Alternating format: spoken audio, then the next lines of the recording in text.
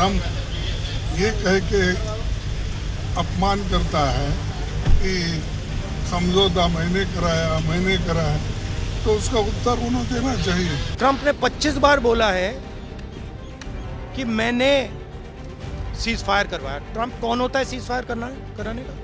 मगर प्रधानमंत्री ने एक बार जवाब नहीं दिया। कुछ ना कुछ तो दाल में काला है ना। हिंदुस्तान में इलेक्शन चोरी किए जा रहे हैं, ये रियलिटी है हिंदुस्तान की। जो आदमी सदन चला रहा और घंटे 2 घंटे बाद कहता हो बीमार हो गए और हम अस्वस्थ हो गए और हम इस्तीफा देते हैं, तो दुनिया में के इतिहास में पहली बार हुआ है। अगर कोई कह रहा है तो निश्चित तौर पर दबाव में है। बिना प्रधान के किसको बयान दें, किसको अपनी बात सुनाएं। और अगर आपको नकारात्मक बात सुननी है, ANI पे बहुत सारे ऐसे रिकॉर्डेड वीडियो होंगे जो आप दोबारा प्ले कर सकते हैं।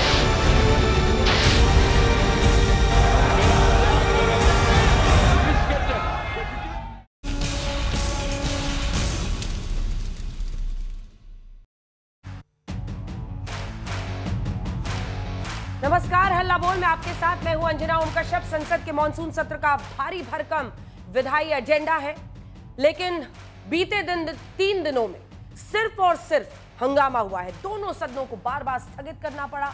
ऑपरेशन सिंदूर पर प्रधानमंत्री नरेंद्र मोदी से जवाब मांगने से लेकर बिहार के वोटर रिविजन, साथ ही जगदीप धनखड़ के उपराष्ट्रपति पद से अचानक इस्तीफे पर तलवारें खींची हुई हैं। सवाल उठ रहा है कि जब ऑपरेशन सिंदूर पर संसद में बहस कराया जाना तय है, फिर क्यों संसद नहीं चल रही है? सरकार से जुड़े सूत्रों के मुताबिक वोटर रिवीजन चुनाव आयोग का काम है, लिहाजा उस पर भी संसद में बहस नहीं कराई जा सकती। उधर विपक्ष को धनखड़ के इस्तीफे में दाल में कुछ काला लग रहा है।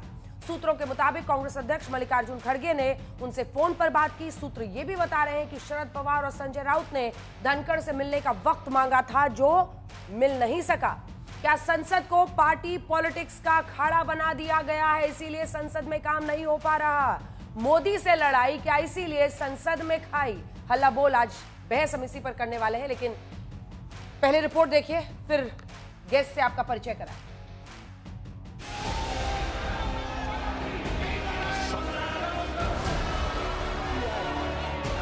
संसद के मॉनसून सत्र के पहले 3 दिन हंगामे में धुल गए। उनकी चुनौतियां, लोकसभा और राज्यसभा दोनों सदनों में आर पार की जंग छिड़ चुकी है। सदन में कामकाज तो नहीं हो रहा, लेकिन सियासत के तीर जरूर छोड़े जा रहे हैं। ऑपरेशन सिंदूर पर ट्रम्प के दावों पर कांग्रेस पूरी तरह हमलावर है।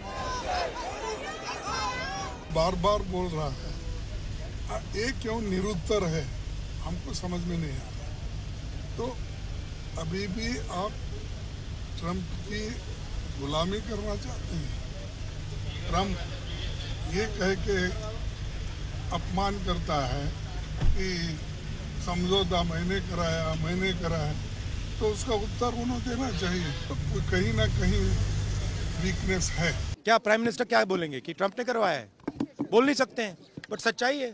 जो अपने आप को देशभक्त कहते हैं वो भग गए। प्राइम मिनिस्टर एक स्टेटमेंट नहीं दे पा रहे हैं। ट्रम्प ने 25 बार बोला है कि मैंने सीज फायर करवाया। ट्रम्प कौन होता है सीज फायर कराने का? मगर प्रधानमंत्री ने एक बार जवाब नहीं दिया।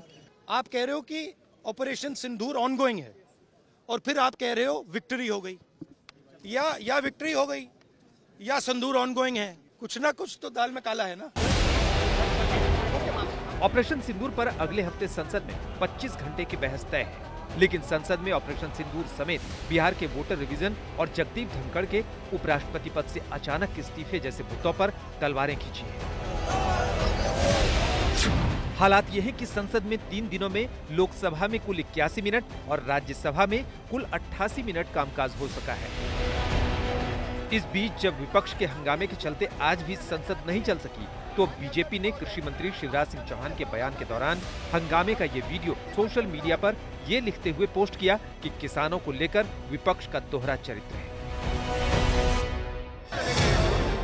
संसद के कामकाज में जरूर बाधा पड़ी, लेकिन सियासत में कमी नहीं।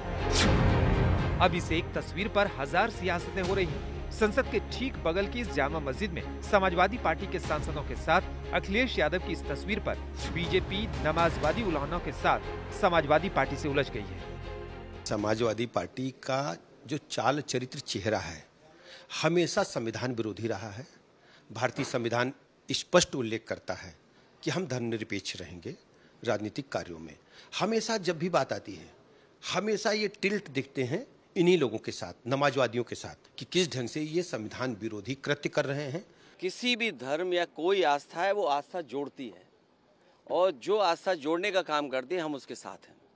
बीजेपी को यही तकलीफ है कि कोई जुड़े नहीं, दूरियां बनी रहें। अब बीजेपी को मीठे से तकलीफ होगी तो मीठा छोड़ देंगे। बीजेपी कहेगी नमकीन खाइए तो नमकीन खाएंगे क्या? बीजेपी का हथियार ही धर्म है। इस बीच जब संसद सत्र के दौरान ही प्रधानमंत्री नरेंद्र मोदी यूके और मालदीव के दौरे पर निकले हैं, तो कांग्रेस का सोशल मीडिया पोस्ट कह रहा है संसद चले देश में, मोदी चले विदेश में। आज तक ब्यूरो। आइए चर्चा की शुरुआत करते हैं। सभी खास मेहमान हमारे साथ जुड़ गए हैं। सुधांशु त्रिवेदी, राष्ट्रीय प्रवक्ता बीजेपी के, हमारे साथ जुड़ गए हैं, जिनके साथ हम चर्चा करेंगे। चरण सिंह सापरा साहब कांग्रेस पार्टी का पक्ष रखने के लिए हमारे साथ जुड़ गए हैं, वरिष्ठ प्रवक्ता है कांग्रेस पार्टी के। अरविंद वाजपेयी जी, प्रवक्ता एलजेपीआर यानी चिराग पासवान की पार्टी के, जुड़ गए हैं। आशुतोष जी राजनीतिक विश्लेषक के तौर पर हमारे साथ जुड़ेंगे।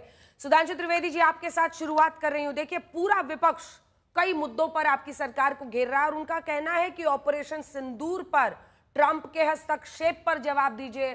धनखड़ साहब ने क्यों इतने अचानक इस्तीफा दे दिया, उस पर सफाई दीजिए। और एसआईआर का हंगामा तो चल ही रहा है। सरकार क्या विपक्ष के इन तीरों से घिरती हुई दिखाई दे रही है? देखिए, जिस समय संसद का सत्र शुरू हुआ है तो सेना के शौर्य के कारण भारत का स्वाभिमान आसमान पर है और महंगाई जमीन पर है। आज महंगाई 2.1% है, जो पिछले कई वर्षों के सबसे न्यूनतम बिंदु पर है। अंतरिक्ष में भारत का तिरंगा है और मानसून बहुत चंगा है, मगर इसके बावजूद भी बहाने नए हैं, मगर विपक्ष का आचरण वही पुराना हंगामा वाला है जो हर संसद सत्र में किसी न किसी मुद्दे के ऊपर रहता है। अब आज के इन मुद्दों पे यदि हम तथ्यात्मक जवाब देना चाहें तो बड़ी सिंपल सी बात है। जो बिहार में एसआईआर हुआ है तो चुनाव आयोग ने तो स्पष्ट रूप से कहा, हाँ 51 लाख लोगों के वोट काटेगा, जिसमें 26 लाख वो हैं जो दूसरी विधानसभाओं में शिफ्ट हो गए, 18 लाख वो हैं जो मृत हो गए, 7 लाख वो हैं जिन्होंने डुप्लीकेट वोट बना रखे थे। तो मैं पूछना चाहता हूं, ये मरहूम लोगों की रूहों के आधार के ऊपर ये कौन सी वोटिंग करवाना चाहते थे? कि आसमान से जिन्नात आकर वोट करते क्या, जो 18 लाख लोग जा चुके हैं? दूसरी बात हम पूछना चाहते हैं, इसमें कौन सी नई बात है? महाराष्ट्र के चुनाव के बाद एक सेकंड आपको टोक रही हूं, डेटा अपडेटेड आ गया है, चुनाव आयोग से अपडेटेड डेटा आ गया है, कितने मृत लोग हैं और कौन है, वो डेटा एक बार दिखा दीजिए। सुधांशु जी अपनी बात पूरी करते रहिए। अरे आधार कार्ड पर सर महाराष्ट्र में आप लोग दे रहे थे ना वोटर कार्ड, आधार कार्ड दिखाकर लोग वोटर बन रहे थे ना महाराष्ट्र में, तो वो पूछ रहे झारखंड में, सॉरी यहां पर क्यों नहीं बन सकते बिहार में? अंजना जी बिल्कुल सही बात है, क्योंकि यहां एक नहीं कम से कम 5-6 जिलों में आधार कार्ड से ज्यादा, जनसंख्या से ज्यादा आधार कार्ड है। अकेले किशनगंज जिले में पिछले 5 महीनों में 6 लाख लोगों ने रेजिडेंसी सर्टिफिकेट के लिए अप्लाई किया है। 6 लाख लोगों ने। आप कल्पना कर सकते हैं वहां ऐसा कौन सा रोजगार का अवसर उत्पन्न हो गया है कि बाहर के प्रदेशों और बाहर की जगहों से आकर 6 लाख लोग अपने आधार कार्ड के आधार पे, जिसमें बहुत सारे ज्यादातर लोग पश्चिम बंगाल के, और ये मैं सब प्रमाण बोल रहा हूं, झारखंड चुनाव के समय हेमंत सोरेन जी तो इनके गठबंधन सहयोगी हैं। उनका ऑन रिकॉर्ड दिया गया बयान है, जो वीडियो अवेलेबल है, उनकी बाइट अवेलेबल है। जब उनसे पूछा गया कि झारखंड के आदिवासी बाहुल्य क्षेत्रों में आदिवासियों की संख्या कम होती चली जा रही है तो ऐसा क्यों हो रहा, तो उन्होंने कहा तो बंगाल से लोग आ रहे हैं इसलिए हो रहा है। इसीलिए मैं कहना चाहता हूं, और फिर मैं एक और बात कहना चाहता हूं, ये देश के सामने बहुत गंभीर प्रश्न है। 9 फरवरी सन 2025 को अमेरिकी राष्ट्रपति डोनाल्ड ट्रंप ने कहा कि यूएस एड ने पिछले वर्षों में मिलियंस ऑफ डॉलर यानी सैकड़ों करोड़ रुपए खर्च किए भारत में वोटर टर्नआउट बढ़ाने के लिए। उन्होंने यह बयान दिया, मेरी समझ से परे है कि US agency for international development का भारत में मतदाताओं की संख्या बढ़ाने से क्या लेना देना है। किसी ने चूं बोला कि जांच होनी चाहिए, यह पता होना चाहिए। यही मजे की बात है। देखिए, वोटरों के लिए पैसा विदेश से और न्यूज क्लिपें विदेश से, इन्होंने बांग्लादेश के अखबार डेली स्टार में आर्टिकल लिखा था, इनके नेताओं ने, मोदी हैज टू गो। भाई चुनाव भारत में हो रहे थे, बांग्लादेश के अखबार में क्या आर्टिकल लिखा जा रहा था, और वोटर बांग्लादेश से, यानी पैसा विदेश से, न्यूज विदेश से, वोटर बांग्लादेश से, और साहब चुनाव हमें जीतना है। और इसके पीछे षड्यंत्र क्या है यह भी समझना चाहिए। 2024 की लोकसभा में सबसे बड़ी रिकॉर्ड जीत जो हुई है वो असम की धुबरी सीट पर कांग्रेस के रकीबुल हसन 10,25,000 से जीते हैं, यानी राहुल गांधी से 3 गुना बड़ी जीत हासिल की है। 3 गुना बड़ी। किस सीट पे? वो धुबरी सीट असम की, जहां सबसे बड़ा डेमोग्राफिक चेंज हुआ है पिछले 20-25 सालों में, जहां सबसे जबरदस्त तरीके से माना जाता है बांग्लादेशी घुसपैठ हुई है, उन्हीं इलाकों में इनकी सबसे बड़ी जीत हुई है। तो मैं सिर्फ यह कहना चाहूंगा, संवैधानिक दृष्टि से चुनाव आयोग जो काम कर रहा है उसको आतंकित करके ये लोग वही काम करना चाहते हैं जो आज से 200 साल पहले अगर मीर जाफर ने किया था कि बंगाल के रास्ते विदेशी अंदर आ जाएं और मुझे हुकूमत में हिस्सा मिल जाएगा। तो मैं इंडी गठबंधन वालों से कहना चाहूंगा, आखिर में मीर जाफर को भी हिस्सा नहीं मिला था, आखिर में जयचंद को भी हिस्सा नहीं मिला था। ये मुगालते में न रहिएगा कि विदेशी लोगों के माध्यम से आके आप ले लेंगे और उसके बाद सत्ता आपकी रहेगी। ये गलतफहमी अगर पाले हैं तो अपना भी नुकसान कर रहे हैं और भावी पीढ़ियों का तो भारी नुकसान कर ही रहे हैं। ठीक है, चलिए अब जवाब दीजिए। चुनाव के साथ साथ राष्ट्र की सुरक्षा और भविष्य का भी है। सापरा साहब देखिए, मुद्दा एक एक करके उन्होंने तीनों का जवाब दिया, आप जवाब दीजिए। हाँ। देखिए अंजना जी, हैरत की बात है ये जो बात भारतीय जनता पार्टी के प्रवक्ता कर रही है, जो तीनों मुद्दे जिस पर आप आज चर्चा लेकर के आई हैं, ये पहलगाम के मुद्दे पर चर्चा, या फिर ऑपरेशन सिंदूर, या फिर जो उपराष्ट्रपति के मुद्दे पर, या फिर ये SIR के मुद्दे पर, ये सारे मुद्दे दिए किसने हैं? ये सारे मुद्दों की जननी कौन है? भारतीय जनता पार्टी जननी है इसकी। तो पहलगाम के अंदर अगर सुरक्षा पुख्ता होती, अगर इंटेलिजेंस फेलियर ना होता तो पहलगाम की हत्याएं ना होती, घटना ना होती। ऑपरेशन सिंदूर में अगर नरेंद्र ट्रंप के सामने सरेंडर ना होते तो सवाल नहीं उठते, हमारी सेना जाकर के पाकिस्तान को और चने चबा सकती थी। और उसके बाद में अगर SIR की बात जिस तरह से अभी बीजेपी के प्रवक्ता कह रहे हैं, ये कह रहे हैं कि विदेशी आ रहे हैं, ये कह रहे हैं कि बहुत करोड़ों रुपया बाहर से आया। अरे भाई, पैसा बाहर से आ रहा है, लोग बाहर से आ रहे हैं, सरकार तो तुम्हारी है, तो आप क्या कर रहे हैं? आप क्या पकोड़े तल रहे हैं? क्या आप क्या जलेबियां तल रहे हैं? आपका BSF और आपकी बॉर्डर सिक्योरिटी फोर्स और इंटेलिजेंस क्या कर रहा है? अगर बाहर से पैसा आ रहा है तो आपने वो पैसा रोका क्यों नहीं? यहां वहां की बातें करके कुछ होने वाला नहीं है। सवाल यह है कि SIR की प्रक्रिया पर मात्र विपक्षी लोग सवाल नहीं उठा रहे। आज तो जनता दल यूनाइटेड के एक जो मेंबर पार्लियामेंट है, उन्होंने भी आवाज उठाई है, उन्होंने भी कहा कि ये गैर जरूरी है और ये त्रुटिपूर्ण कार्यप्रणाली सारी चल रही है, जल्दबाजी में हो रहा है। तो विपक्ष जो सवाल उठा रहा है वो यही कह रहा है कि लोकतंत्र की हत्या आप क्यों कर रहे हो? SIR के खिलाफ नहीं है, SIR करिए, लेकिन टाइम और प्रोसेस और प्रोसीजर के ऊपर हमारे सवाल है, जो सवाल कोर्ट के अंदर भी, सुप्रीम कोर्ट में भी उठाए गए हैं।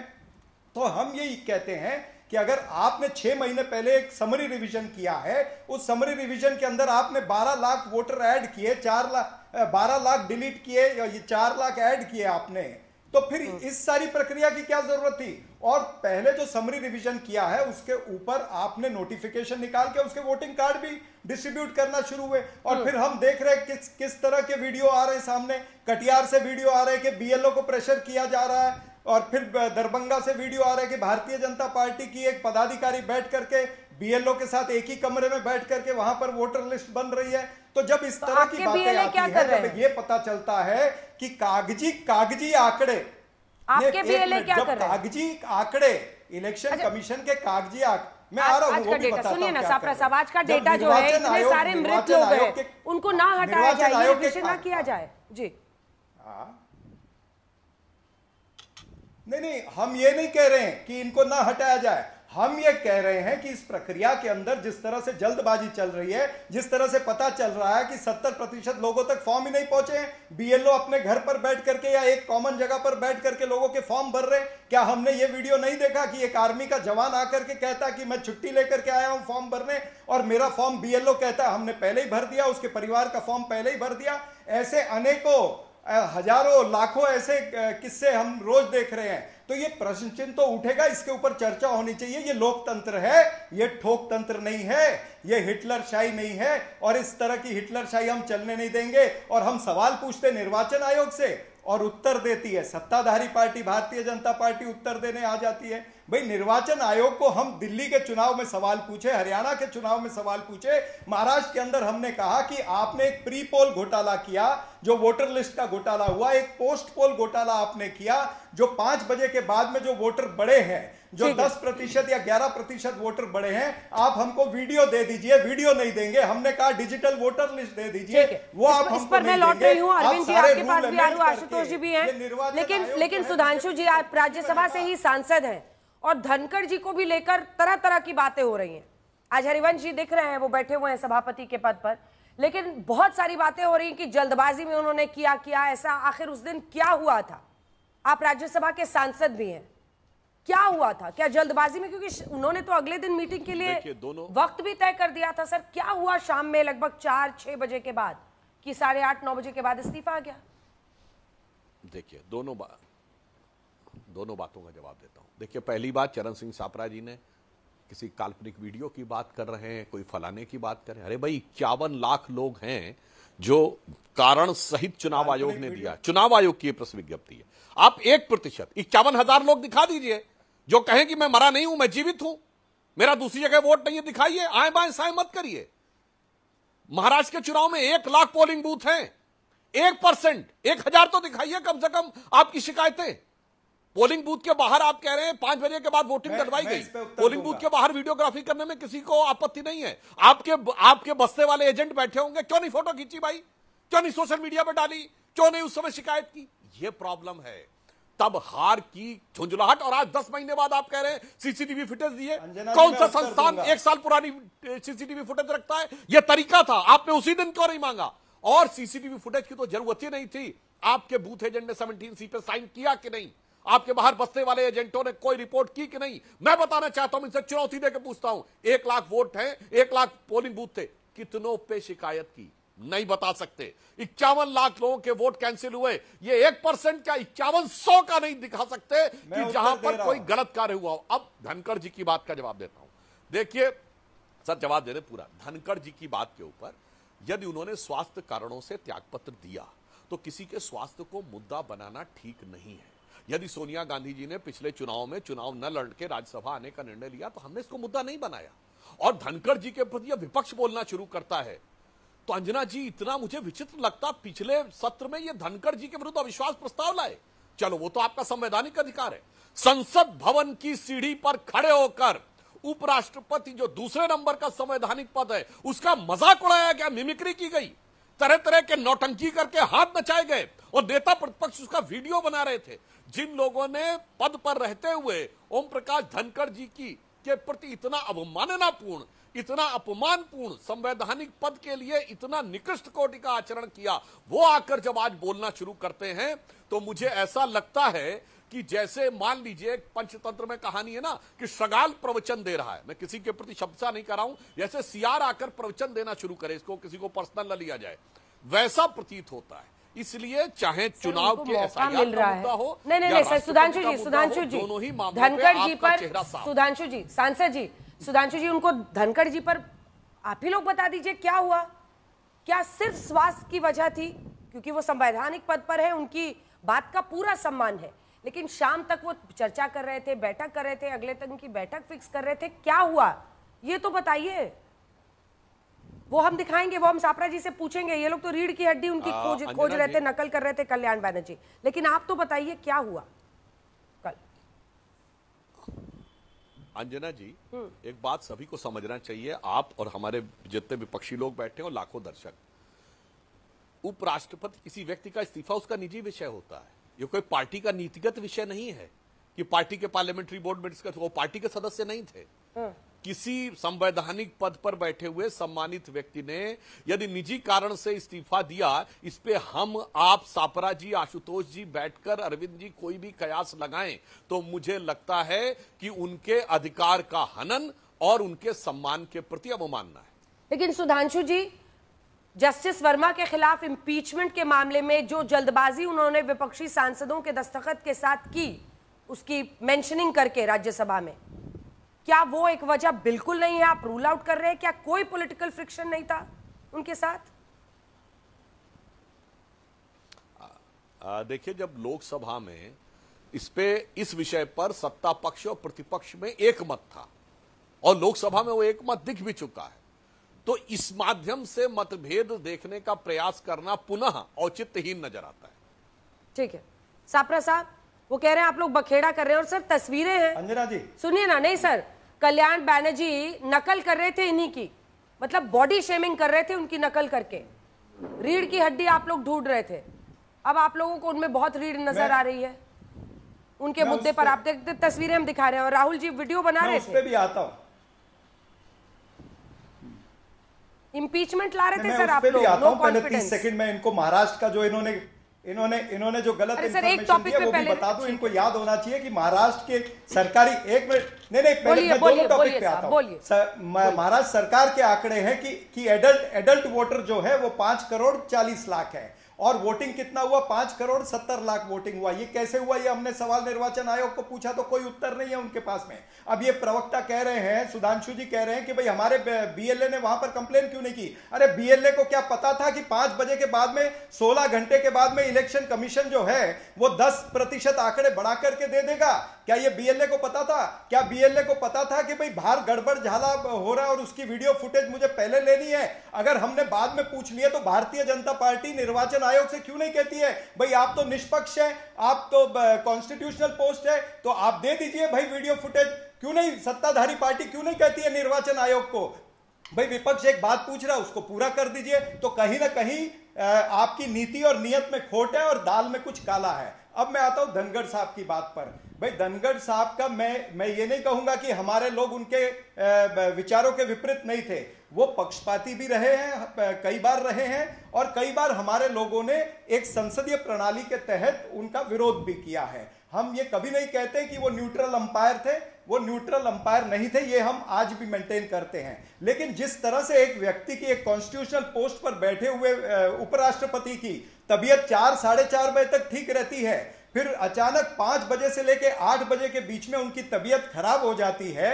वो पूरी संसदीय प्रणाली, एक दिन की प्रणाली, पूरा सेशन कंडक्ट करते हैं और फिर 4:30 बजे मीटिंग भी बुलाते हैं, फिर अचानक 3 घंटे में तबीयत खराब और वो अचानक वो दे देते हैं इस्तीफा। इससे कई प्रश्न उठते हैं। आप कुछ बोलो ना बोलो, लेकिन ये नजर आता है कि उन्होंने इस्तीफा दिया नहीं है, उनका इस्तीफा लिया गया है। इसके पीछे बहुत सारे प्रश्न हैं, वो प्रश्न आने वाले समय में बाहर आएंगे। भारतीय जनता पार्टी को यह जवाब देना पड़ेगा कि कहीं आपने उपराष्ट्रपति को अपना कठपुतली बनाने का प्रयास तो नहीं किया।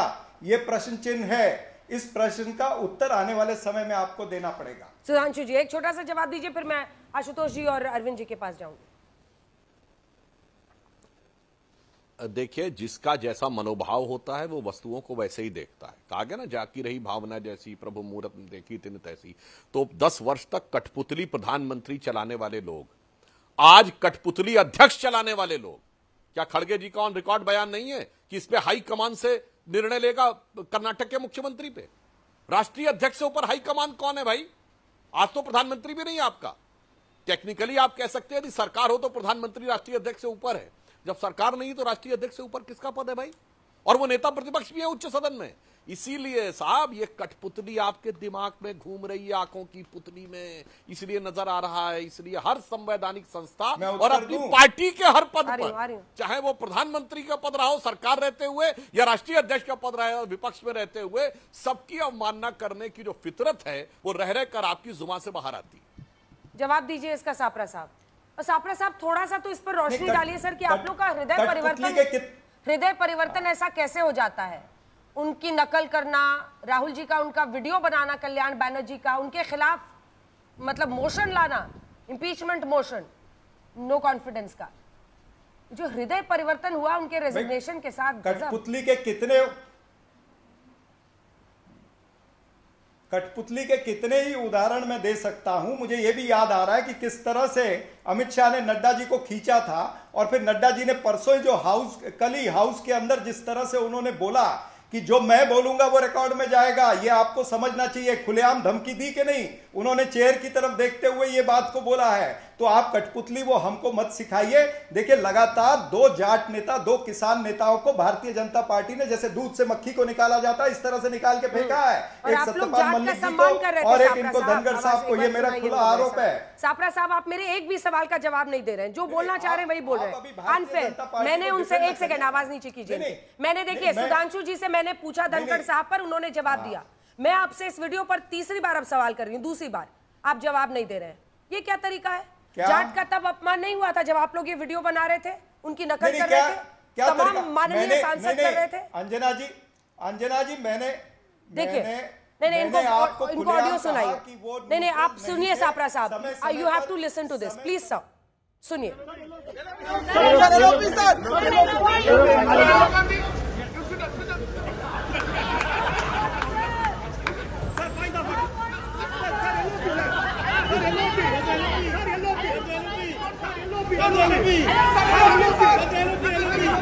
Mr. Rai, you are a lawyer. I am a lawyer. You are a lawyer. I am a lawyer. Mr. Nariman is not a good lawyer. How many cases you know? I have done in Supreme Court. I have done in Supreme Court. You are a lawyer. I am great. Must understand. My spine is so straight.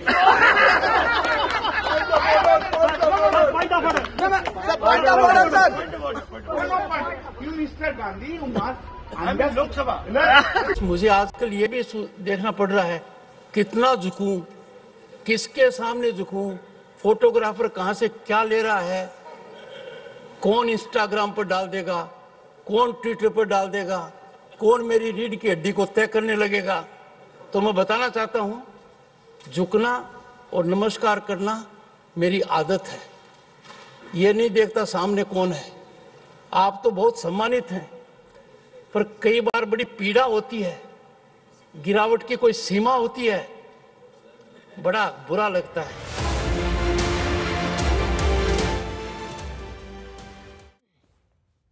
अब इस पर एक जवाब दीजिए कि उस दिन आप लोग क्या जाट समुदाय का सम्मान कर रहे थे? हाँ, देखिए मैंने आपको सीधे कहा कि हमें पता है और हमारा ये स्टैंड है कि धनखड़ साहब न्यूट्रल अंपायर नहीं थे। कई बार उन्होंने पक्षपाती वो रहे हैं और हमेशा उन्होंने भारतीय जनता पार्टी और आरएसएस की जो आइडियोलॉजी है या उनका जो एक प्रोसेस है उसको उन्होंने संरक्षण दिया और उन्होंने हमेशा डट करके बीजेपी के साथ में वो खड़े रहे हैं, वो न्यूट्रल नहीं नजर आए हैं। तो जब ऐसी बात होती थी तब निश्चित रूप से हमारे लोगों ने भी उनका विरोध किया होगा। तो ये तो कार्यप्रणाली जो लोकतंत्र की है, जो पार्लियामेंट के अंदर है, वो चलती रही है। तो इसमें कोई बड़ी, लेकिन जिस तरह से इन्होंने उनको राजीनामा लिया या राजीनामा उन्होंने दिया, जिसकी परतें अभी आने वाले समय के अंदर खुलेंगी, ये सवाल तो आप भी पूछ रहे हैं ना, ये तो खाली विपक्ष नहीं पूछ रहा, ये तो सारा मीडिया भी इनसे पूछ रहा है, लेकिन ये जवाब नहीं देते। सुधांशु जी छोटा सा रिस्पॉन्स, जलेबी तल बाकी दोनों अब घुसा के चले जाएंगे, बाकी दोनों घुसा के चले जाएंगे। बिल्कुल एक लाइन में जवाब दे रहा हूं। देखिए ये लोग कैसे सरासर झूठ बोलते हैं। अगर कोई संसद के अंदर की घटना हुई हो उस पर भी व्यंग कर रहे होते तो समझा जा सकता था। क्या दिखाया जा रहा है वीडियो में कि वो राहुल गांधी जी का नाम ले रहे हैं। धनखड़ जी राज्यसभा के सभापति थे, राहुल गांधी राज्यसभा में है ही नहीं, वो लोकसभा में थे। अगर राहुल गांधी का नाम लेकर इस ढंग की मिमिक्री की जा रही है तो यह सरासर काल्पनिक आधार पर उपराष्ट्रपति के अपमान के अलावा और कुछ भी नहीं है, क्योंकि इसमें रत्ती भर भी सत्य नहीं है। जो व्यक्ति उस सदन का सदस्य नहीं है उसके बारे में मतलब आज आपने सम्मान की जा रही है, इससे इनकी पोल एक बार फिर खुल जाती है। चलिए ठीक है, हम लोग तो हमेशा ही करते हैं। आशुतोष जी, इन्होंने तो क्या सम्मान किया, उनका तो सेरेमोनियल आशुतोष भी नहीं किया जी, आशुतोष भी नहीं दिया। ठीक है, अब आ रही हूं साबरा साहब, आ रही हूं। अरविंद जी भी इंतजार कर रहे हैं। आशुतोष जी संवैधानिक पद पर हैं जिन भी वजहों से हो, और वो तो अब हवा दे नहीं रहे हैं, क्योंकि उस दिन भी देखिए जैसे खबर आई थी, आप लाइव थे, मैंने यही कहा था कि इस खबर की पुष्टि सिर्फ वो कर सकते हैं। बाकी जितनी भी बातें कि अगले दिन के लिए मीटिंग फिक्स की थी, ये हुआ, 4 बजे के पीएससी में नहीं आए रिजिजू साहब, लेकिन बावजूद इसके अगर वो कुछ नहीं कहते हैं तो स्वास्थ्य कारण ही माना जाएगा। उपराष्ट्रपति बोल रहे हैं। देखिए अंजना जी, मैं पत्रकार हूं और 30 साल से मैं पत्रकारिता कर रहा हूं। जब मैं कोई बात बोलता हूं तो पूरी गंभीरता के साथ बोलता हूं और पत्रकारीय चरित्र के साथ बोलता हूं। मैंने उस दिन भी आपके चैनल पे कहा था और आज भी मैं अपने चैनल, आज भी मैं कह रहा हूं पूरी जिम्मेदारी के साथ कि जगदीप धनखड़ जी ने बहुत पीड़ा के साथ, बहुत आहत होके यह बात लोगों से शेयर की कि उनको अपमानित किया गया और वो बुरी तरीके से उनकी ईगो हर्ट हुई थी। किससे शेयर किया? अब ये आप छोड़िए, मैं पत्रकार हूं, मैं अपना सूत्र नहीं बताऊंगा। अरे ये कोई बात है? क्यों नहीं बताइएगा? नहीं, मैं अब मैं आपको तो मैं पत्रकारिता नहीं सिखा सकता ना, क्योंकि नहीं, बिल्कुल नहीं सिखा सकते, क्योंकि आप पत्रकारिता के साल गिन रहे हैं, लेकिन बीच में उसमें राजनीति के साल जोड़ रहे हैं कि नहीं जोड़ रहे हैं? नहीं अंजना जी, अगर आप व्यक्तिगत होना चाहती तो फिर आप बात खत्म कर दीजिए। आपने जवाब ही सर व्यक्तिगत नहीं, आप मेरी बात सुनना ही नहीं चाहती। आप मेरे पत्रकारिता जीवन के ऊपर आप प्रश्न चिन्ह खड़ा कर रही हैं। कोई प्रश्न चिन्ह नहीं है कि मैं आपको सूत्र बताऊं। आप नहीं सुन लीजिए, सूत्र का तो मजाक उड़ाते हैं ना तेजस्वी यादव की, कौन से सूत्र है? देखिए आप मुझसे मुखातिब है ना, आप तेजस्वी यादव से मुखातिब नहीं है ना। पर्सनल मत बनाइए ना इसको, आपने शुरू किया ना कि मैंने अपने पत्रकारिता के जीवन में, आप भी मत कीजिए ना सर। अगर इतनी पत्रकारिता समझ नहीं हो तो फिर दिक्कत हो जाती है ना। मैंने कहा कि एक बार नहीं, मैं आज भी अपनी बात पर कायम हूं और पूरी मजबूती के साथ कायम हूं कि वो नाराज थे, वो पीड़ित थे, वो आहत थे और उन्होंने कहा था कि उनको अपमानित किया गया है। आज भी मैं एक शब्द पर कायम हूं, मैं उससे हट नहीं रहा हूं। चलिए ठीक है, चलिए अरविंद जी वो कह रहे बात को ले नाराज के, हाँ नाराज हो, बोलिए 2 लाइन में पूरा कीजिए। हाँ, प्रश्न इस बात को लेकर यह है कि उपराष्ट्रपति के पद पर बैठा हुआ कोई व्यक्ति अगर अचानक इस्तीफा देता है, स्वास्थ्य कारणों से अगर इस्तीफा देता है, तो मैं ये मानता हूं कि सुधांशु त्रिवेदी जी और राजनाथ सिंह इस संसद के अंदर सबसे शालीन विनम्र व्यक्तियों में से है। अगर किसी आदमी का स्वास्थ्य खराब होता है तो सबसे पहले ये लोग होंगे जो जाकर उनसे मिलेंगे और ट्विटर पर आके उनकी शुभेच्छा करेंगे, उनसे पूछेंगे।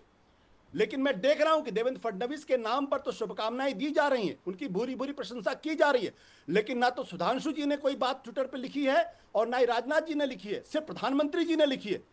ये क्या दर्शाता है? इससे साफ पता चलता है कि कहीं ना कहीं कुछ गड़बड़ है। अन्यथा खुद सुधांशु जी फलों की टोकरी लेकर उनके पास जाते, उनका स्वास्थ्य पूछते और उनको बुके देते।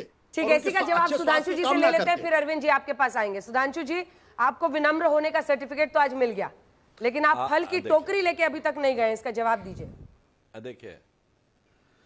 देखिए फल की टोकरी लेके फिर वही मैं बात कर, सार्वजनिक नहीं दिया जाता। पिछली बार भी जब उपराष्ट्रपति जी एडमिट थे तो किसी के स्वास्थ्य के बारे में व्यक्तिगत स्तर पे, मेरा कोई उस समय का ट्वीट दिखा दें और फल की टोकरी लिए हुए वो दिखा दें। इसीलिए मैं मानता हूं कि आशुतोष जी वरिष्ठ पत्रकार हैं, ये गंभीरता से बात करते हैं, परंतु उतनी ही पूर्वाग्रहग्रस्त गंभीरता के साथ भी बात करते हैं। यह भी बात बहुत स्पष्ट होती है। अन्यथा इनको अपने विश्लेषण में जरूर बताना चाहिए, उपराष्ट्रपति के साथ इतना भद्दा मजाक करने वाले लोग आकर आज अचानक उनके प्रति सहानुभूति व्यक्त कर रहे हैं, या अपने आप में बहुत आश्चर्यजनक। हम लोगों से पूछने की बजाय कि आपने ये किया था कि नहीं, प्रश्न ये पूछना चाहिए कि आपने वो किया जो भारत के संवैधानिक इतिहास में किसी ने राष्ट्रपति और उपराष्ट्रपति के साथ नहीं किया। और मैं चरण सिंह सापरा जी के लिए कहना चाहता हूं एक लाइन, अंजना जी, ये कठपुतली प्रधानमंत्री बनाने का तो इनका अनुभव है। श्री पीवी नरसिम्हा राव भी कठपुतली दृष्टिकोण से ही बनाए गए थे, इसे कोई अच्छा माने या बुरा। श्री राजीव गांधी भी इसी दृष्टि से बनाए गए थे, 2 साल का अनुभव था उनको केवल। इंदिरा गांधी भी उंगली गुड़िया के लिए बनाई गई थी, और जवाहरलाल नेहरू भी सारी कांग्रेस समितियों के विरोध के बावजूद इसीलिए बनाए गए थे, क्योंकि इनके दिमाग में कठपुतली ऐसी बैठी हुई है, तो इनकी परंपरा है, इसलिए इनको सदैव ये नजर आता। हमारे यहां नैसर्गिक नेतृत्व उभरता है, अटल जी से लेकर मोदी जी तक।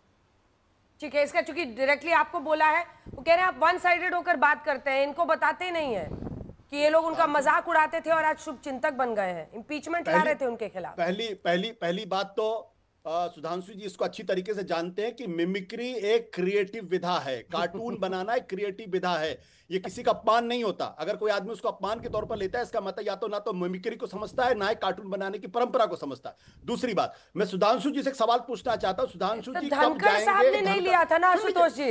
अरे सुन लीजिए। अरे धनखड़ साहब ने नहीं लिया था। आप जिस दर्द की बात कर रहे हैं, अगले दिन की उनकी बाइट हमने सुनाई, बहुत दर्द में थे। उन्होंने कहा मेरी रीढ़ की हड्डी कितना झुकना है, नहीं झुकना है, ये उन्होंने खुद कहा था। देखिए धनखड़ जी क्या कह रहे हैं, इसीलिए तुमको इस्तीफा देना पड़ गया ना। जवाहरलाल नेहरू ने एक जमाने में जितने कार्टूनिस्ट होते थे उनका सम्मान करते थे और कहते थे आप जितना बेहतरीन और जितना मजाक मेरा उड़ाएंगे मुझे अच्छा लगेगा। लेकिन मैं सुधांशु जी एक से सवाल पूछना चाहता हूं, वो कब जाएंगे धनखड़ जी के यहाँ उनका स्वास्थ्य पूछने के लिए? कब जाएंगे उनके यहाँ? और जाने के बाद अपनी और धनखड़ जी की फोटो कब ट्विटर पे डालेंगे? धनखड़ जी की फोटो आपके साथ, उनकी फरमाइश है, जल्दी बताइए, फिर अरविंद जी जवाब देंगे।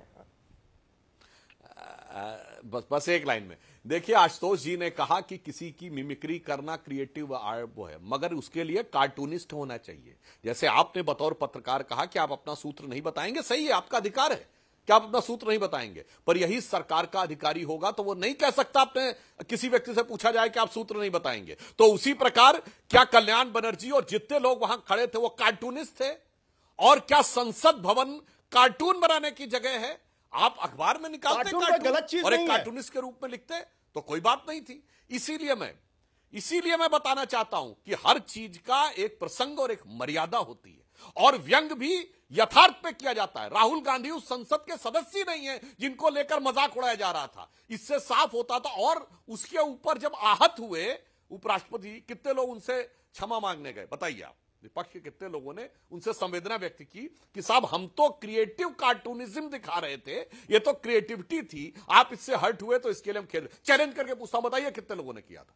क्रिएटिविटी नहीं थी, वो उपराष्ट्रपति का अपमान करने के लिए किया गया था। सुधांशु जी, देश का दुर्भाग्य है कि आर के लक्ष्मण जैसे कार्टूनिस्ट आज नहीं है, क्योंकि हो भी नहीं सकते। अगर वो होते तो उनको जेल जाना पड़ता, क्योंकि उनकी क्रिएटिविटी को समझने की क्षमता भारतीय जनता पार्टी के लोगों में शायद नहीं है। क्रिएटिविटी थी जो उस दिन सीढ़ियों पर चल रही थी, और जो अगले दिन अरविंद जी बोले पहले। अरविंद जी, आशुतोष जी हमारे मित्र हैं, लेकिन इनको ये मुझे जानकारी है कि इनकी जड़ें बीजेपी और आरएसएस में नहीं है। जब इनकी जड़ें ही नहीं है तो इनके पास सूत्र क्या काम करेंगे? तो जड़ें क्यों होनी चाहिए? और कयास लगाना उचित नहीं है। जड़ें क्यों होनी चाहिए वाजपेयी जी? कयास क्यों लगाएंगे? कयास क्यों लगाएंगे, ये भी तो सवाल है ना। जब एक आदमी ने अपने रिजिग्नेशन लेटर में लिख दिया कि स्वास्थ्य कारणों से मैं कयास नहीं लगा रहा हूं, तो उसके बावजूद भी कयास दूसरा इसीलिए मैंने जड़ों की बात की, जानबूझ के जड़ों की बात की, क्योंकि सूत्र तो आजकल क्या कहा जा रहा है सूत्रों को, वो आप भी समझ आए। हम उस पर नहीं जा रहे, हम जा रहे हैं महाराष्ट्र के मुद्दे पे। अभी सपना साहब ने 15-20 मिनट महाराष्ट्र पे बोला, लेकिन इनसे पूछिए कि हाईकोर्ट में 2 दिन बहस हुई इसी महाराष्ट्र के वोटर पढ़ने पे और डिलीट होने पे, या वोट के घंटों के बाद उसके वोट पढ़ने पे। क्या हुआ उसमें? हाई कोर्ट में पिटीशन डिसमिस कर दी और स्ट्रक्चर पास किए, और साथ में यह भी कहा कि टाइम हाई कोर्ट का बर्बाद किया गया है। तो जब ये supreme court, high court, judicial verdict आने के बाद भी आप उसी पॉइंट पर लड़े रहेंगे तो इसकी क्या वैलिडिटी है? अब आइए एसआईआर पे, पार्लियामेंट क्यों नहीं चलने दे रहे? मैं उत्तर जब दूंगा। ऑपरेशन सिंदूर पे टाइम फिक्स हो गया, डे फिक्स हो गया कि 16 घंटे उसके लिए, 9 घंटे उसके लिए, तो उसके बाद क्या रह गया? इसके बाद दूसरा आइए एसआईआर पे। SIR matter related to election commission of India. क्या इलेक्शन कमीशन ऑफ इंडिया को गवर्नमेंट डिफेंड करेगी? Election commission of India constitutional body है, नंबर 1, वो पार्लियामेंट में डिस्कस नहीं होगा, और यही सरकार ने कहा है। और दूसरा, एसआईआर का मैटर सुप्रीम कोर्ट में पेंडिंग भी है। और तीसरा, आज बिहार में विधानसभा में पूरे दिन इस पर डिस्कशन चली है। तो मतलब क्या आप क्या चाहते क्या है? लोकतंत्र में विपक्ष की जो जिम्मेवारियां हैं, क्या आप उनको सही ढंग से निभा रहे हैं? क्या आप लोकतंत्र की मर्यादाओं को तार तार नहीं कर रहे हैं? क्या हंगामा करना सिर्फ एक मकसद है? अगर आप जब प्रोटेस्ट करना, मान लिया आपकी बात, डेमोक्रेसी में प्रोटेस्ट अलाउ है, आप अपना विरोध दर्ज करा सकते हैं, जाइए लोकसभा या राज्यसभा में 5 मिनट अपना प्रोटेस्ट कीजिए, उसके बाद सबसे अच्छा वैसे बता रही बीच में अरविंद जी, सबसे अच्छा आप ही की पार्टी का है। सुनिए ना अरविंद जी, सबसे अच्छी आप ही की पार्टी का है। ये बीजेपी वाले जब कांग्रेस की सरकार थी तो ये वेल में रहते थे, फिर जब बीजेपी की सरकार आई तो कांग्रेस वाले वेल में रहते हैं, लेकिन आप हमेशा सत्ता पक्ष के ही तरफ रहे, तो आपकी पार्टी का बड़ा अच्छा है। इस पर दरअसल बोलने का अधिकार सिर्फ आप नहीं है। अंजना जी आपने डाइल्यूट कर दिया। अंजना नहीं, पर यही है सर किस्सा, आपने डाइल्यूट कर दिया। नहीं यही किस्सा मेरा है बड़ा सर, गंभीर मामला है। जो विपक्ष में रहता है वो वेल में रहता है इस देश में। मेरा किस्सा नहीं चल रहा है। देखिए 15 करोड़ रुपए खर्च होते हैं 10 घंटे की प्रोसीडिंग्स में, 2.5 लाख रुपए खर्च होते हैं 1 मिनट में, तो इसका कौन जिम्मेवार है? ठीक है, parliament member of Sapra parliament साहब जल्दी से जवाब दीजिए। माफ करना, ऑपरेशन सिंदूर बिगड़ पर तो काम टाइम करे, फिक्स अगर हो आप गया। चैनल पे नहीं आएंगी जी तो आपको सैलरी मिलेगी क्या? नहीं मिलेगी सर, आपको एकदम नहीं सैलरी मिलती। मिलेगी क्या? अरे हम लोग को तो पंच इन पंच आउट करना पड़ता है, 30-30 दिन तो घर से public बाहर पर रह ही- के लगातार आपको कवरेज करना है, उसमें भी 9 घंटे ही गिने जाते हैं रोज के। तो आप तो और ये नौकरी देखिए यहाँ ना, 12 घंटे 15 तो घंटे यही हम चलती कह रहे हैं, है, हमारा और ये विषय लोग भी यही 35 है मिनट में कि- सारी सैलरी ले जाते हैं। हम यही कह रहे हैं कि जनता ने आपको जो जिम्मेवारियां दी हैं आप उसको क्यों नहीं निभाएंगे? पार्लियामेंट में क्यों नहीं चर्चा करेंगे? अगर चर्चा होगी तो रूल बुक के हिसाब से होगी, और उसके लिए स्पीकर बैठा हुआ है। आप स्पीकर की मानेंगे नहीं, रूल बुक की मानेंगे नहीं, संविधान से चलेंगे नहीं, आएंगे हंगामा करके उसको एडजन करा के चले ठीक है, अब जाएंगे। जवाब सुनिएगा ये सर। जनता देखेगी और माफ करना, जवाब ये जनता माफ भी आपको नहीं करेगी। जी अब जवाब दीजिए इसका सापरा साहब। अंजना जी, और ऑपरेशन अंजना जी, सिंदूर पे तो इन्होंने- टाइम भी फिक्स हो इन्होंने गया है सर। महाराष्ट्र के चुनाव को लेकर के हाईकोर्ट की बात की। हाँ, मैं आता हूं, उस पर भी आता हूं। इन्होंने महाराष्ट्र की हाईकोर्ट की बात जो इन्होंने की है उस पर मैं थोड़ा करेक्शन करना चाहता हूं। वाजपेयी जी बहुत सीनियर है, लेकिन इनको बताना चाहता हूं कि हमने जो 2 मुख्य मांगे जो है वो हमने कोर्ट में नहीं करी थी, हमने निर्वाचन आयोग से करी थी कि जो वोटर लिस्ट हमको डिजिटल फॉर्मेट में चाहिए, ये हमने निर्वाचन आयोग से मांगी। जो वीडियो फुटेज है वो हमने निर्वाचन आयोग से मांगी है, हमने कोर्ट से नहीं मांगी है। तो आप उसमें थोड़ा सा दुरुस्ती कर लीजिए, निर्वाचन आयोग ने उसका कोई उत्तर नहीं दिया है। जहां तक आप SIR की बात कर रहे हैं, मैं आपको बता दूं, इसमें आज तो आंकड़ा जो भी 56,000 या जो भी नहीं, अरे गलत इंफॉर्मेशन है। नहीं, आप चेक करिए, आप चेक करिए प्लीज, आप चेक करिए। मैं कोई गलत नहीं बोलता हूं, इस विषय के अंदर मैं गलत नहीं बोल सकता हूं, इस विषय के अंदर मैं गलत नहीं बोल सकता हूं। एडिशन डिलीशन के मामले में वो पेटिशन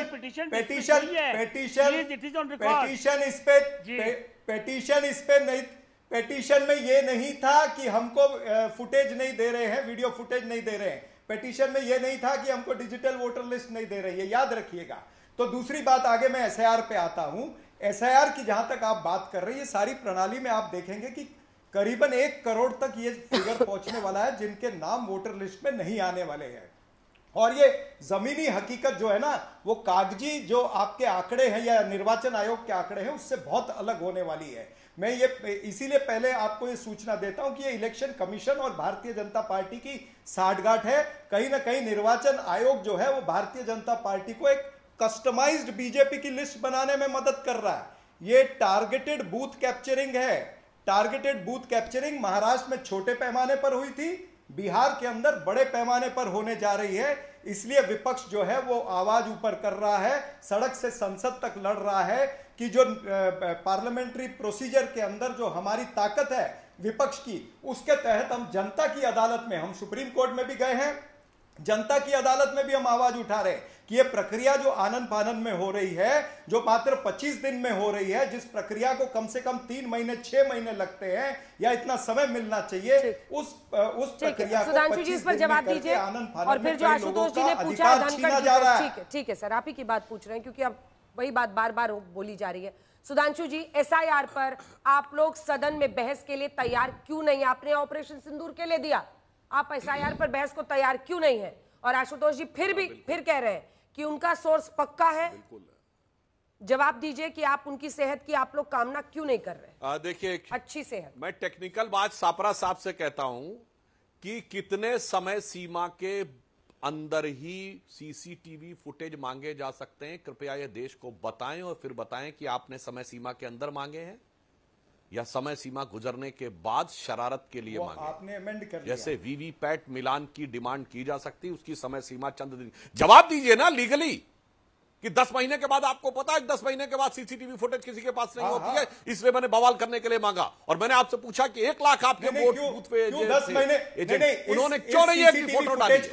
उनके मोबाइल में एक भी फोटो क्यों नहीं है? अब मैं दूसरा भी बताना चाहता हूं। अरे भाई काहे परेशान है? अभी आपने कहा कि 1 करोड़ लोग जो है वो कर दिए जाएंगे। इसका मतलब मैं दर्शकों से कहना चाहता हूं, कांग्रेस और इंडी गठबंधन को 1 करोड़ घुसपैठियों के वोटों के ऊपर भरोसा है। अन्यथा 51 लाख अब तक डिस्क्वालीफाई हो चुके हैं। तो 51,000 का अगर लाकर कोर्ट जाइए तो फिर कहिए मेरे पास ये कागज है, ये गलत किया गया। पॉइंट नंबर 3 कर रही है, बताइए ना। किसी संवैधानिक जलेबियां चल रही है क्या? घुसपैठिया आए कैसे? संसद के अंदर नहीं किया जा सकता। देखिए फिर बीच में बोलने लगे। सबको समझ में आता है। अगर आपको अनकंफर्टेबल फैक्ट हो तो ऐसे ही बोलना पड़ता है। अब बताना चाहता हूं, किसी संवैधानिक संस्था की प्रक्रिया का विवेचन संसद में नहीं हो सकता। कल के दिन आप कहेंगे सुप्रीम कोर्ट में कोई केस चल रहा है, वो केस सही हुआ था या गलत, क्या संसद में विवेचन हो सकता है? नहीं हो सकता। उसी ढंग से जैसे सुप्रीम कोर्ट एक संवैधानिक संस्था है, वैसे ही इलेक्शन कमीशन ऑफ इंडिया एक संवैधानिक संस्था है, उसके कार्यों का विवेचन नहीं हो सकता। अन्यथा मुझे संविधान की वो धारा बता दे जिसके तहत न्यायालय या चुनाव आयोग के कार्य का विवेचन हो सकता तो बताएं। इसीलिए इनका सिर्फ एक ही मामला है। देखिए, ये कह रहे हैं नियम 267 में बहस कराइए, यानी सारा कार्य रोककर बहस कराइए और जवाब प्रधानमंत्री से दिलवाइए, जबकि प्रधानमंत्री विदेश में है। हमने कहा अगले हफ्ते कराएंगे, नहीं, संसद नहीं चलने देनी है। अरे भाई, तुम्हारा स्टेटमेंट ही अपने आप में इन्फ्रक्चुअस है। जब प्रधानमंत्री बाहर हैं तो आप कैसे कह रहे हैं प्रधानमंत्री का स्टेटमेंट कराइए? इसलिए इनका एक ही सिद्धांत है कि कोई सूरत बदलना मेरा मकसद नहीं है, मेरा मकसद है हर कदम पे हंगामा होना चाहिए। सापरा साहब, नहीं, देखिए, आप कहते हैं विवेचन नहीं हो सकता, तो विवेचन नहीं हो सकता आप टीवी चैनल पे क्यों कह रहे हैं? भाई, पार्लियामेंट के अंदर खड़े होके कह देना, आपके जो पार्लियामेंट के नेता है, जो लोकसभा के नेता है, राज्यसभा के नेता भारतीय जनता पार्टी के, वो कह दे भाई इसमें विवेचन नहीं हो सकता, फिर उसके ऊपर वहां बात होगी। तो आप बाहर कुछ बात करेंगे और अंदर कोई बात नहीं करेंगे। आपका ये एक मोडस ऑपरेंडाई है आपका, कि आपको सारे काम करने हैं, छुपा के करने हैं, लेकिन आपको कहीं भी उसके बीच में आपको फंसना नहीं है, इसीलिए आप इस तरह से करते हो। तो ये भारतीय जनता पार्टी की पोल खोल हो चुकी है। जनता जानती है कि आप क्या कर रहे हो, किस प्रक्रिया से गुजर रहे हो। आप ये 3D फॉर्मूला अप्लाई कर रहे हो कि एक तो डर, दूसरा ध्रुवीकरण और तीसरा जो है ध्यान भटकाने का काम कर रहे हो कि बिहार के अंदर चुनाव होने हैं तो लोगों का ध्यान जो है वो रंगदारी पर न जाए, वो मर्डर पर न जाए, वो वहां पर जो भ्रष्टाचार हो रहा है उस पर न जाए, जो पेपर लीक हो रहा है उस पर न जाए, महंगाई बेरोजगारी पर न जाए, यानी मुद्दों पर चर्चा न हो, आप ध्यान भटकाने का काम कर रहे हो। बस एक लाइन में, 2 लाइन में देखिए, इन्होंने जो छुपते छुपाते बोला अंजना जी, तो मुझे याद आया यूपी बिहार में कहावत होती गांवों में, नेहुरे नहुरे कहूं ऊंट की चोरी। मतलब छुपते छुपाते छोटी मोटी चोरी की जा सकती, ऊंट की चोरी नहीं। और ये जो ऊंट की चोरी कर रहे थे लाखों करोड़ों वोटर वाली, वो ऊंट पकड़ लिया गया है, इसलिए बड़ी छटपटाहट हो रही है। इसी कहावत से अगर आप लोग सब इकट्ठा होते हैं तो आशुतोष, 2 लाइन में इसी कहावत से शुरू करेंगे बहस। आशुतोष, जल्दी बोलिए, सिर्फ एक लाइन। चलिए, म्यूट कर लिया आपने, चलिए इसी में टाइम निकल गया। आप सभी का बहुत धन्यवाद।